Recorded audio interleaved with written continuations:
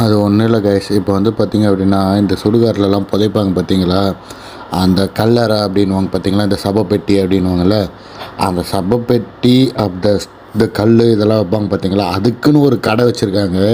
அதாவது இந்த சில இடத்துலலாம் சொல்லி கேள்விப்பட்டு பார்த்தீங்களா, பஸ் ஸ்டாப்புக்கு மிக அருகில் அப்படின்னு சொல்லி இது பண்ணுவானுங்கள, அதே மாதிரி இங்கே ஜெர்மனியில் வந்து பார்த்திங்கன்னா பஸ் ஸ்டாப்புக்கு மிக அருகிலே இந்த கடை இருக்குது.